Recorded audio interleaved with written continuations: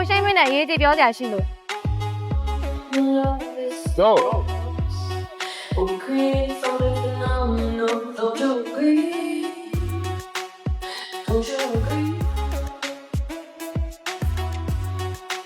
မင်းကဘာလုပ်လဲ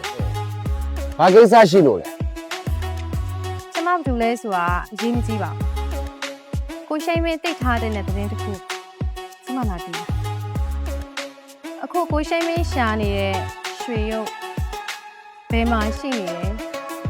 သူနဲ့အတူရှိနေလဲဆိုတာကျမသိတယ်